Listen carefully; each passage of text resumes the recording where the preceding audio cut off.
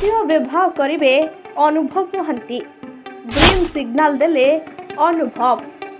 द्वितीय स्त्री बाछि सारिछंती अनुभव महांती। पुणे चर्चा रे हॉलीवुड रो सुपरस्टार अनुभव महांती।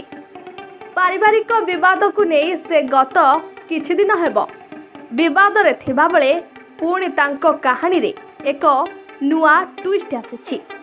अनुभव महांती खूब शीघ्र द्वितीय विवाह करने को जाउछंती।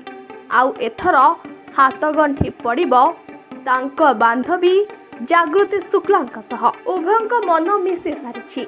एमिति कि उभयंक परिवार रो मन मध्य मिसी सारिछि। खाली विवाह को अपेक्षा रहिछि।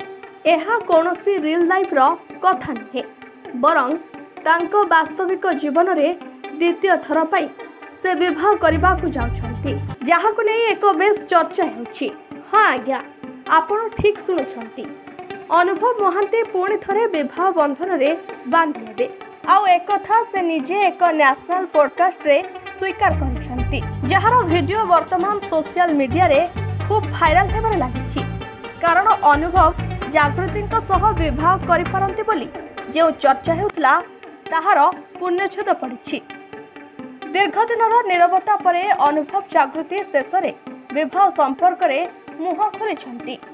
उभय विवाह करिवे आउ खूब शीघ्र निमंत्रण मध्य देबे बोली पॉडकास्टर आंकर को कौथुबार देखा मिलुछि।